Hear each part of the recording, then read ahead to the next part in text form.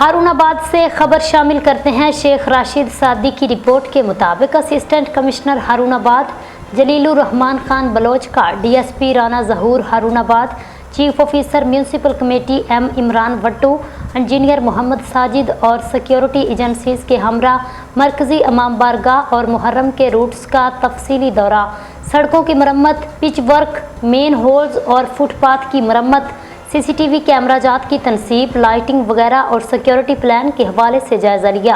Chief officer municipal committee اور S D O high وے کو جلوس کے روٹس کو ہر لحاظ سے کلیئر کروانے کی ہدایت کی ہے۔ چیچا وطنی میں سی سی ڈی کی بروقت اور دلیرانہ کارروائی کے دوران خطرناک اشتہاری ملزم انور سعید عرف سعیدو کو زخمی حالت میں گرفتار کر لیا گیا۔ ساہیوال سے مہر ساجد علی پربانہ کی رپورٹ کے مطابق ملزم کے خلاف 20 سے زائد مقدمات درج ہیں، جن میں مویشی چوری، ڈکیتی، دیگر سنگین جرائم شامل ہیں، جو کہ ساہیوال اور وہاڑی کے متعدد تھانوں کو مطلوب تھا۔ وہاڑی کے 6 مقدمات میں اشتہاری ہے۔ کارروائی کے دوران ملزم اور اس کے ساتھیوں نے اہلکاروں پر فائرنگ کی۔ ملزم اپنے ہی نامعلوم ساتھیوں کی فائرنگ سے زخمی ہو گیا، جس کو سی سی ڈی ٹیم نے زخمی حالت میں گرفتار کیا ہے۔